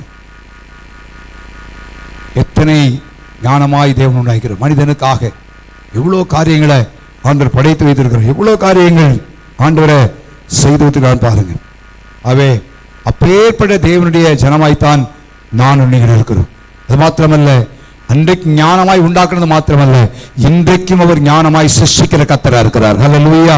யோபின் புத்தகம் 35ஆம் அதிகாரம் 11ஆம் வசனத்தை வாசிக்கும் பொழுது, அன்றைக்கு அவர் சிருஷ்டித்தார் உண்மைதான், ஆனா இன்றைக்கும் அவர் சிருஷ்டிக்கிற கர்த்தரா இருக்கிறார். 35ஆம் அதிகாரம் 11ஆம் வசனம் யோபு. என்னை உண்டாக்கிறவரும் ராத்திரில என்ன பாடம் அருள் செய்கிறாரா? சத்தமா சொல்லுங்களேன். நீங்க ராத்திரி நேர் புலம்பத்தான் செய்வாங்க, பயந்தா இருக்கு. ஆனா ஆண்டவர் யோபு சொல்றார், ராத்திரில என்ன பாடம் வச்சிருக்காரா? கீதம் பாட அவர்கள் அருள் வைத்திருக்காரு. யார்கள் அருள் வைத்திருக்காரு? ஆண்டவர் அருள் வைத்திருக்கார், கிருபை கொடுக்கிறார். சரி, ரைட்டு, வாசிங்க. சிருஷ்டி கர்த்தாவாகிய தேவன். என்ன கர்த்தர்? சிருஷ்டி கர்த்தாவாகிய தேவன். இன்னைக்கும் சிருஷ்டிப்பின் தேவன் அவர். இன்றைக்கும் ஒண்ணு வேணும்னா அவர் நமக்கு என்ன செய்வாரு? சிருஷ்டி தருவார். ஒன்றும் இல்லாமல் இருந்து ஒன்று உருவாக்குற ஆண்டவர் இன்னைக்கு ஒரு புது காரியம் உங்களுக்கு வேணுமா? ஆண்டவர் செய்வார். ஆண்டவர் செய்வார், அந்த காரியத்தை செய்ய முடியும். உங்களுக்கு ஒரு ஆர்டரை போடுவார், உங்களுக்கு ஒரு காரியம் செஞ்சு வரவே செய்வார். அவர் இன்றைக்கும் சிருஷ்டிக்கிற கர்த்தர். அதனால நம்ம விசுவாசம், அவருடைய ஞானமாய் செய்கிற கர்த்தர், ஞானமாய் எல்லாத்தையும் சிருஷ்டித்த ஆண்டவர் இன்றைக்கு ஞானமாய் செய்ய. பல நேரங்களில் ஆண்டவரே நீங்க அப்படி பண்ணலையே இப்படி பண்ணலையான்னு சொல்லி அவர்கிட்ட நம்ம கேள்வி கேட்கிறோம், முறுமுறுக்கிறோம். அவருக்கு தெரியும் எப்படி கொண்டு போனா எப்படி என்ன செய்ய முடியும் சொல்லி. அல்ல யாத்ராமத்தில் இஸ்ரவேல் ஜனங்கள் எகிப்தை விட்டு வெளியே வந்த வேளையிலே பெலிஸ்தர் தேச வழியாய் போவது சமீபமானாலும் தேவன் அவர்களை அந்த வழியா நடத்தாமல் சுதந்திர சமுத்திரத்து வழியாய் என்ன செய்தாராங்க? சுற்றி போகப்படுகிறார் எழுதப்படுகிறது. அவருடைய ஞானம், அவர் தெரியும் எப்படி கொண்டு போகணும்னு சொல்லி. ஆனா இன்னைக்கு நம்ம பல நேரத்தில் ஆண்டவருக்கு ஆலோசனை சொல்றோம், இல்லை இந்த கால வெள்ள உணர்வோம், ஆண்டவரே நான் ஞானமான தேவனுக்கு நான் ஜனமா இருக்கிறேன். ஹல்லேலூயா. உங்களுடைய ஞானத்தின்படி நடத்துகிறேன் ஆண்டவரே, உங்களுடைய ஞானத்தின்படி நடத்துகிறேன், இன்னும் நடத்த ஆண்டவரே. உங்களுடைய ஞானத்தை எனக்கு தாரும் ஆண்டவரே. உங்களுடைய ஞானம் என்னால் அறிந்து கொள்ள முடியாது, ஆண்டுடைய ஞானத்தை அறிந்து கொண்டவர் யாரும் இல்லை. ஆண்டுடைய அறிவை அறிந்து கொண்டவர் யாரும் இல்லை. அவனுக்கு தெரியாது எப்படி கொண்டு போன தெரியும். யோசேப்பை ஞானமாய் கொண்டு போனார். உனக்கு உண்மைதான், அவனை தலைவனாய் மாற்றுவது தேவனுடைய சித்தம், தேவனுடைய விருப்பம். ஆனா எப்படி ஒவ்வொரு காரியத்தையும் ஞானமாய் கொண்டு போனார். முதல்ல அவன் எய்த்துக்கு ஒரு பதிவுதியாக இருக்கணும்னு சொன்னால் அவன் எய்த்தியானாய் இருக்க வேண்டும். எய்த்துடைய பழக்க வழக்கங்கள் தெரியணும். எய்த்துடைய குடும்ப வாழ்க்கை எப்படி இருக்குன்னு தெரியணும். வீட்டு நிலைமை எப்படி இருக்குன்னு தெரியணும். எய்த்திய பாஷை தெரியணும். அக்கத்தான் ஆண்டவர் போத்தி பாட்டில் உண்டே வச்சாரு. அங்க போய் உட்காந்து எல்லாத்தையும் படிச்சான். ஒரு வீடு குடும்பம் அப்படின்னா எப்படி இருக்கும், லாங்குவேஜை படிச்சுக்கொண்டா எல்லாம். அடுத்த ஆண்டு ஒரு ஜெயிலுக்கு கொண்டு போனாரு. ஏன் சட்டத்திட்டங்கள் எப்படி இருக்கும், என்னென்ன குற்றத்துக்கு என்னென்ன காரியங்கள் படித்தார். கடைசியில் எங்க கொண்டு போய் வச்சாருங்க, நேரா எய்த்துல அவனை எடுத்து அரண்மனையோட உட்கார வச்சிருந்தாருன்னா பப்பன்னு இருப்பான். எல்லாம் எய்த்து பாஷையை பேசியிருப்பான். இவனுக்கு ஒன்றும் என்ன செய்யாது, தெரிந்திருக்காது. இவனுக்கு ஆடுதான் மேய்க்க தெரிய, ஆட்களா மேய்க்க தெரியாது. நல்லா கவனிங்க, விளையாட்டு அல்ல. ஆண்டவர் எல்லாத்தையும் ஞானமாய் செய்கிறார். ஆண்டவர் செய்கிறார். முதல்ல நீ படிப்பா, பாடத்தை படி. இப்ப நீங்க பாத்தீங்கன்னா அவன் தோற்றத்துல எய்த்தியனை போலவே இருக்கிறான். ஹல்லேலூயா. தன் சகோதரால கூட என்ன செய்ய முடியல, அவனை அடையாளம் கண்டுபிடிக்க முடியவில்லை. அடையாளம் கண்டுபிடிக்க முடியவில்லை. தேவன் எல்லாத்தையும் ஞானமாய் செய்கிறவர். எல்லாத்தையும் பண்ணிதான் தேவன் நம்ம கையில பெரிய பொறுப்பை கொடுக்கிறார். இன்னைக்கு நம்ம நினைக்கிறோம் நாளைக்கே வந்துட்டா நல்லா இருக்குமே. இல்ல, பெரிய ஆண்டவர் தெரியும் எப்ப அவங்க நம்ம வாழ்க்கையில என்ன செய்யணும் அவருக்கு தெரியும். அவருடைய ஞானம். ஆகவே அவர் தம்முடைய ஞானத்தை நடத்தார் என்று சொல்லி நம் ஆண்டவருக்கு நன்றி செலுத்த வேண்டும். ஹல்லேலூயா. ஒரு 2 காரியம் சொல்லி முடிக்க விரும்புகிறேன். பிலிப்பியர் நிருபம் 4ஆம் அதிகாரம் 9ஆம் வசனம் வாசிங்க.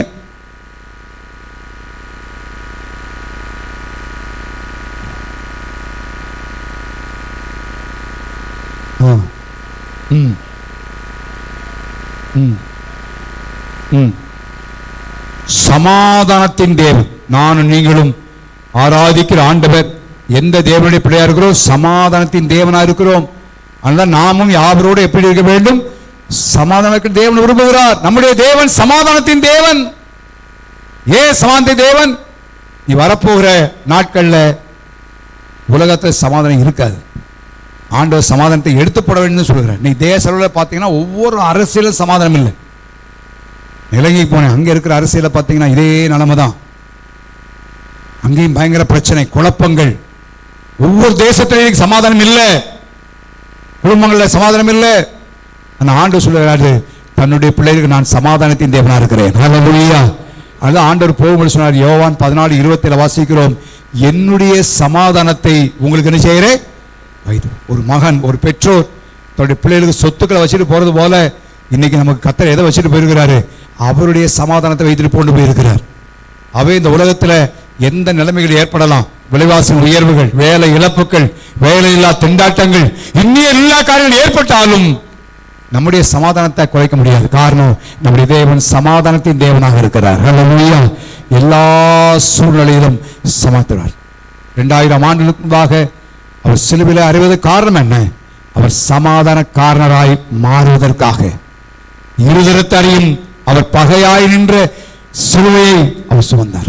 அந்த பகையை, தடையாய் நின்ற பகையை சிலுவையில் ஏற்றுக்கொண்டார். அவர் சமாதான கர்த்தர். சிலுவையின் மூலமாய் அவர் சமாதானத்தை உண்டாக்கிறார் என்று எழுதப்படுகிறது.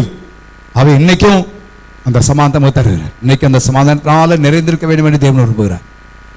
நம்முடைய உள்ளங்கள், நம்முடைய வீடு எல்லா சமாதானத்தினால பூரண சமாதானம் இருக்கு. நதியை போல சமாதானம் இருக்கு. உன்னை எல்லைகளெல்லாம் சமாதானமா இருக்கணும் ஆண்டவர் சொல்கிறார். காரணம் என்ன? நாம் சமாதானத்தின் தேவனை ஆராதிக்கிறோம். ஹல்லேலூயா. அப்ப நாமும் மற்றவர்கள் எப்படி இருக்க வேண்டும்? சமாதானமா இருக்கணும். சமாதானமா இருக்கணும். நான் மற்றவர்களோட சமாதானமா இல்லைன்னா தேவனோடு சமாதானமா இருக்க முடியாது. சொத்துக்களை சேர்த்து பிரயோஜனம் இல்லை. சொத்துக்கள் ஒரு மனிதனுக்கு சமாதானம் தராது. இன்னைக்கு எத்தனை பேர் தற்கொலை செய்து கொள்ள பார்க்கும். பெரிய பெரிய பணக்காரர்கள், கோடீஸ்வரர்கள் தங்களை உயிரை மாய்த்து கொள்கிறார்கள். நல்ல வாய்ப்பு எல்லாம் இருக்கு, ஆனால் சமாதானம் இல்லை, நிம்மதி இல்லை. ஏன்? பணம் கொடுத்து வாங்க முடியாது. இது ஆண்டவர் தருகிற சமாதானம். பணம் கொடுத்து வாங்கலாம், ஒருவேளை பொருள் இருக்கிற வரைக்கும் சமாதானமா இருக்கலாம். பணம் போயிடுச்சுன்னா சமாதானம் போயிடும். சூழ்நிலை நல்லா இருக்கும்போது சமாதானம், சூழ்நிலை மாறும்போது சமாதானம் போயிடுது. ஆனா தேவன் தருகிற சமாதானம் அப்படி இல்லை. எல்லா சூழ்நிலையிலும் இந்த சமாதானத்தின் தேவன் நம்மை சமாதானத்தோடு காத்துக்கொள்வார். ஹல்லேலூயா, ஹல்லேலூயா. கடைசியாக இன்னொரு சொல்லி முடிக்க விரும்புகிறேன். ரோமன் 15 இப்படியே சொல்லிட்டு போனா பல காரியம் சொல்லப்படுகிறது. தேவன் சித்தமான நேரத்தில் பந்துள்ளவர்கள் மிக முக்கியமான காரியம். ரோமர் 15:13 வாசிங்க.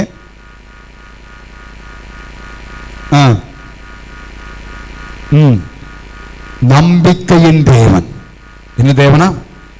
எல்லாம் சொல்றீங்களா? நம்பிக்கை பெருகும்படிக்கு நம்பிக்கையின் தேவன். அவர் நம்பிக்கைக்கு பாத்திரமானவர். இந்த உலகத்தில் எல்லாம் வேதம் சொல்கிறது, நாசிலே சுவாசம் உள்ள மனுஷனை நம்பாதீங்க. அவன் என்னப்படுவதற்கு நல்லதுதான், நல்லது செஞ்சுதான், வாக்கு பண்ணியிருக்க உண்மைதான். ஆனா அவர் உயிர் போயிடுச்சுன்னா அவ்வளவுதான், செய்ய முடியாது. தேவன் அப்படி இல்லை. தாவீது சொல்கிறான் 22 சங்கீதம் 4 வாசியாப்போம். 4 5 22:5 எங்கள் பிதாக்கள்,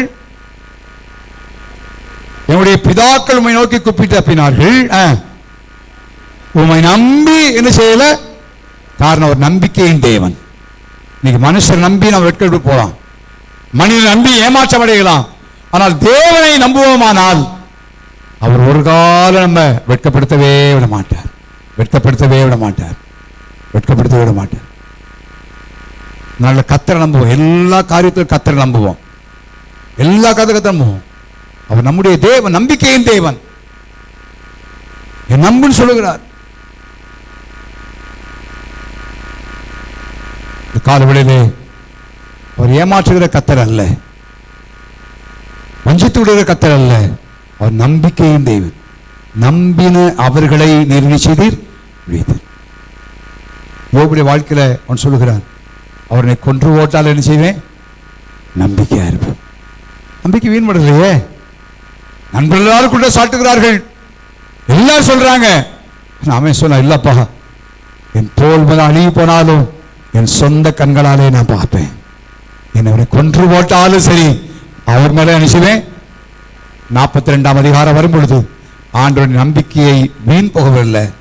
தன் நண்பர்களுக்கு முன்பாக வெட்கப்படாதபடி கத்த தலை நிமிர்ந்து நடக்கக்கூடிய கத்த செய்தார். ஹல்லேலூயா. யோபுக்கு நம்பிக்கை வெட்கப்படவில்லை. இந்த கால அருமையான தேவனுடைய பிள்ளையே, நான் உங்கள் தேவனாய் இருப்பேன் சொன்ன ஆண்டவர் நம்பிக்கையின் தேவன். அவர் எல்லா காரியத்தையும் டெஸ்ட் பண்ணுவோம், எல்லா சூழ்நிலை அவரை நம்புவோம், எல்லா காரியத்தையும் அவரை நம்புவோம்.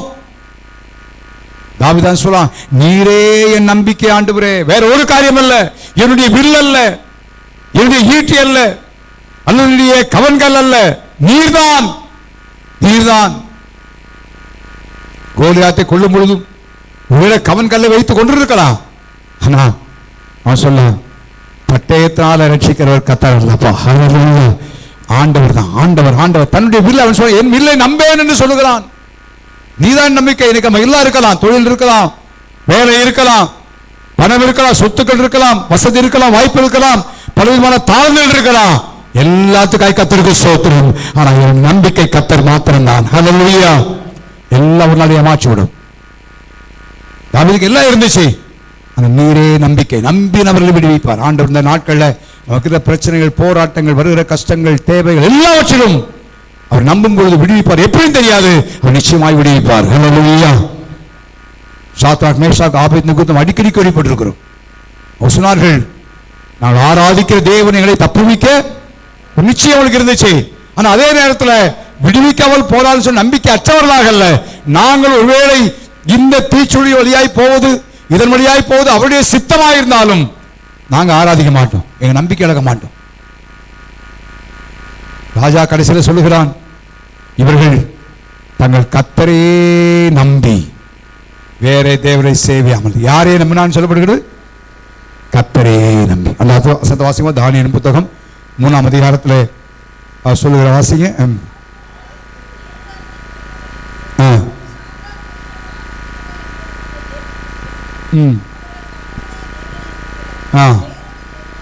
வேறொரு தேவனை சேவிக்காமல் அவரையே நல்ல அவரையே நம்பி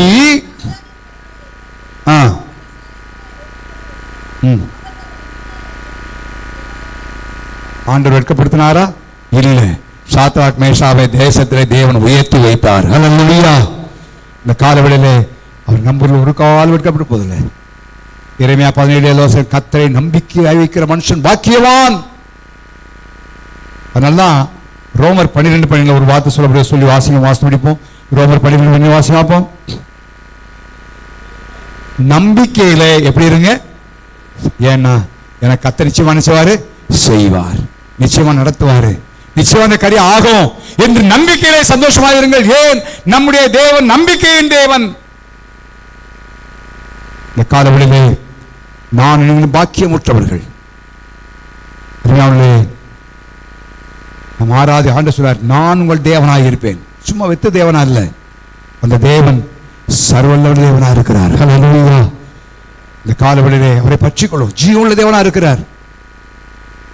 அவரால் கூடாத காரியம் ஒன்றும் இல்லை. நம்ம அந்த உணர்வு நமக்குள்ள வேணும். இந்த உலகத்துல நடைமுறை வாழ்க்கையிலே போகும்போது என்னுடைய ஆண்டவர் ஜீவனுள்ள தேவன், என்னுடைய தேவன் சர்வவல்ல தேவன் என்கிற உணர்வு, அவன் நம்பிக்கையின் தேவன், அவர் உண்மையுள்ள தேவன் என்கிற எண்ணங்கள்லாம் நம்முடைய உள்ளத்தில் இருக்கும் பொழுது நம்முடைய ஆவிக்குரிய வாழ்க்கையில் எத்தனை கஷ்டம் வந்தாலும் நான் பொருட்படுத்த மாட்டோம். என் தேவன் பார்த்துக் கொள்வார். அவரை நம்பி இருக்கிறேன், என் நம்பிக்கையை வெட்கப்படுத்த மாட்டார் என்று நம்ம ஒவ்வொரு நாளும் முன்னேற்றமான பாதையில போவோம். அவே தாவீதுக்கு அந்த உணர்வு இருந்துச்சு, தேவனுள்ள தேவன். இன்னைக்கு நம்முடைய வாழ்க்கையில் இந்த உணர்வு இருக்கட்டும். ஆண்டவர் ஆராதிக்கிறோம், பாடுகிறோம், ஆண்டவர் எப்படிப்பட்டவர்களான்னு சொல்றோம். ஆனா அந்த எண்ணங்கள் மாத்திரமல்ல, அந்த உள் உணர்வு, ஒரு வெளிப்பாட்டு அறிவு நம்முடைய வாழ்க்கையில நம்ம இருக்கட்டும். நல்லா சொல்லு, கர்த்தரை தெய்வமாய் கொண்ட ஜனம் எப்படிப்பட்டது? ஒருவேளை ஒண்ணு இல்லாட்டாலும் என்னுடைய ஆண்டவர் ஜீவனுள்ள தேவன், நம்பிக்கையின் தேவன், உண்மை உள்ள தேவன், அவரெல்லாம் பார்த்துள்ளார். சர்வமுள்ள தேவன், எந்த நேரத்தில் ஞானமாய் உள்ள தேவன், எந்த நேரத்தில் எதை நடத்துவார் அவர். நான் உடனே அவசியம் இல்லை. அவன் கால் உள்ள நன்றி நான் நிரம்பட்டும். நம்முடைய வாழ்க்கையில சொல்லும் பொழுது இப்படிப்பட்ட தேவன் என்பதை உணர்வோம். ஆனா இந்த பாதையில ஈஸியாக நாம் ஜெயத்து மேல் ஜெயமடைந்து நம்முடைய ஆவிக்குரிய வாழ்க்கையில முன்னேறி சொல்லுவோம். எல்லாரும் ஜெபம் பண்ணலாமா? ஹல்லேலூயா. ஓ ஹல்லேலூயா. ஸ்தோத்திரம் ஆண்டவரே, உம்மை துதிக்கிறோம். ஓ ஹல்லேலூயா, ஹல்லேலூயா, ஹல்லேலூயா. நானும் நீங்களும் ஆராதிக்கிற தேவன், நீங்கள் என்னுடைய ஜனமாக இருக்கிறேன்னு சொன்னார். அது உண்மைதான். எப்படிப்பட்ட ஜனம் என்று பார்த்தோம். இந்த காலவெளியிலே நம்ம ஆராதிக்கிற தேவன் எப்படிப்பட்டவர்? நீங்கள் நான் உங்கள் தேவனாக இருப்பேன்னு சொன்னாரே, அந்த தேவன் எப்படிப்பட்ட தேவன் உணர்வோம். வெறும் அறிவுபூர்வம் மாத்திரமல்ல, நம்ம ஆவியில் அதை ஏற்றுக்கொள்ளும், நம்ம ஆவியில் அங்கீகரிப்போம். என் ஆண்டவர், நான் ஆராதிக்கிற ஆண்டவர், நான் பின்பற்றுகிற தேவன் இப்படிப்பட்ட தேவனா இருக்கிறாரு. அந்த உள்ளுணர்வோடு இருப்போமானா எத்தனை கோலியாத்துக்கள் வந்தாலும் தாவீதை போல தைரியம் இருப்போம். ஜீவனுள்ள தேவன், சனகரி போல ஜீவனுள்ள தேவனே, நீங்க கேளுங்க ஆண்டவரே.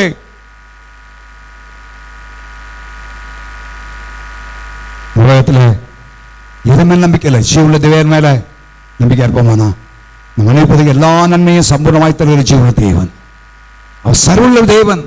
மாற்றி அமைப்பார். பேரை மாற்றினார், சூழ்நிலையை மாற்றினார், எல்லா அற்புதம் செய்தார். இந்த காலவெளியிலே அந்த தேவனை ஆராதிக்கிறோம். உண்மை உள்ள தேவன், உடன்படிக்கையும் கிருபையும் தலைமுறைதோறும் உண்மையா இருப்பார். நம்ம உண்மையில்லாம் போயிடலாம், ஆனா நம்ம சொன்ன வார்த்தை நிறைவேற்ற உண்மையா இருப்பாரு, நடத்துகிற காரியத்தில் உண்மையா இருப்பாரு, எல்லாத்திலும் உண்மையா இருப்பாரு. ஞானமுள்ள தேவன், ஞானமா எல்லாவற்றையும் படிச்சிருக்காரு. நம்முடைய வாழ்க்கையில செய்யற காரியம் எல்லாம் எல்லாத்தையும் செய்ய தெரியும் அவருக்கு. எப்பப்ப என்ன காரியம் செய்யணும் தெரியும் அவருக்கு. எல்லாத்தையும் ஞானமா உண்டாக்கினாரு. நம்ம தான் பல நேரத்தில் புத்திரமா செஞ்சிடறோம். ஐயோ நான் அப்படி தெரியாம செஞ்சிருவேன்னு சொல்றோம். ஆண்டவர் ஒரு நாள் அப்படி வந்துகிற கத்தர், எல்லாவற்றையும் ஞானமாய் செய்கிற கத்தர். எவ்வளவு அதிகமா நல்ல ஆண்டவரை ஆராதிக்கிறோம் பாருங்க. எவ்வளவு சிறந்த தேவனை ஆராதிக்கிறோம். அப்பேற்பட்ட தேவனை தான் தெய்வமாய் கொண்டிருக்கிறோம். நம்பிக்கையின் தேவன், நம்பிக்கைக்கு பாத்திரர் அவர், நம்பிக்கைக்கு பாத்திரர். யோபு நம்பினா கத்தர, ஆண்டவனை சும்மா விட்டுல, வெட்கப்பட விடவில்லை. தலை நிமிர்ந்து நடக்கும்படியாய் சொன்னார். சாத்ரா மேஷாக் ஆபிரகாம் கத்தரை நம்பினாங்க. சத்துருக்கள் முன்னால அவர்களையும் தேவன் தலை நிமிர்ந்து கத்தரையே நம்பினதுனால என்ன அழகா சொல்ல பாருங்க. சத்துரு தலையை உயர்த்தி வைத்தார் கத்தர். தாவீது கத்தரை நம்பினான். ஆண்டவர் வெட்கப்பட விடவில்லை. இந்த கால் விடுது அப்படி தேவன் இப்படிப்பட்ட தேவனா இருக்கிறது. ஆண்டவரே, உண்மை நாங்கள் தெய்வமாய் கொண்டிருக்கும்படி, நாங்கள் உம்முடைய ஜனமாய் இருக்கும்படி தெரிந்து கொண்டீங்களப்பா. உங்க ஸ்தோத்திரம் ஆண்டவரேன்னு சொல்லி இன்னைக்கு மாத்திரமல்ல, நம்முடைய வாழ்க்கை ஒவ்வொரு நாள் ஒவ்வொரு பகுதியிலும் நன்றியா இருப்போம். எல்லாரும் ஆண்டு ஸ்தோத்திரம் அந்த உணர்வு இருக்கமானா, இந்த உலகத்தில் கஷ்டங்கள், பிரச்சனைகள், போராட்டங்கள், நெருக்கங்கள், பாடுகள் எல்லாம் வரலாம். ஆனால் பயப்பட வேண்டிய அவசியம் இல்லை. இந்த ஆண்டவரை குறித்து அறிந்து கொண்டு இருக்கமானா, என் ஆண்டவர் பார்த்துக் கொள்வார், என் ஆண்டவர் எல்லாம் செய்வார்ன்ற ஒரு நிலைமை இருக்கும். ஹல்லேலூயா. இந்த கல்ல கர்த்தரை ஸ்தோத்திரமாய்ப்படுத்துவாமா. ஓ எல்லாரும் ஆண்டவர் ஸ்தோத்திரம். ஆண்டவரே, ஒரு தெய்வமாய் கொண்டு பாக்கியம் சொன்னீங்கப்பா. இப்ப ஏற்பட்ட பாக்கியத்தை கொடுத்தீங்களாப்பான்னு சொல்லுவோம். ஹல்லேலூயா. ஓ ரபலா கதராமா ஷபரபலா கதராமா. எல்லா ஆண்டு வாய்ப்பை நன்றி சொல்லுவோம். ஆண்டவரே, ஒவ்வொரு நாள் இந்த உணர்வோடு ஜீவிக்க, இந்த உணர்வுகளோடு வாழ எங்களுக்கு உதவி செய்யுங்க ஆண்டவரே. இப்ப ஏற்பட்ட தேவனை ஆராதிக்க பாக்கியம் கொடுத்தீங்களாப்பா. ஹல்லேலூயா. இயேசுவே உமக்கு ஸ்தோத்திரம். உம்மை தவிர இந்த ஊரையிலே நன்மை செய்ய யாரும் இல்லை.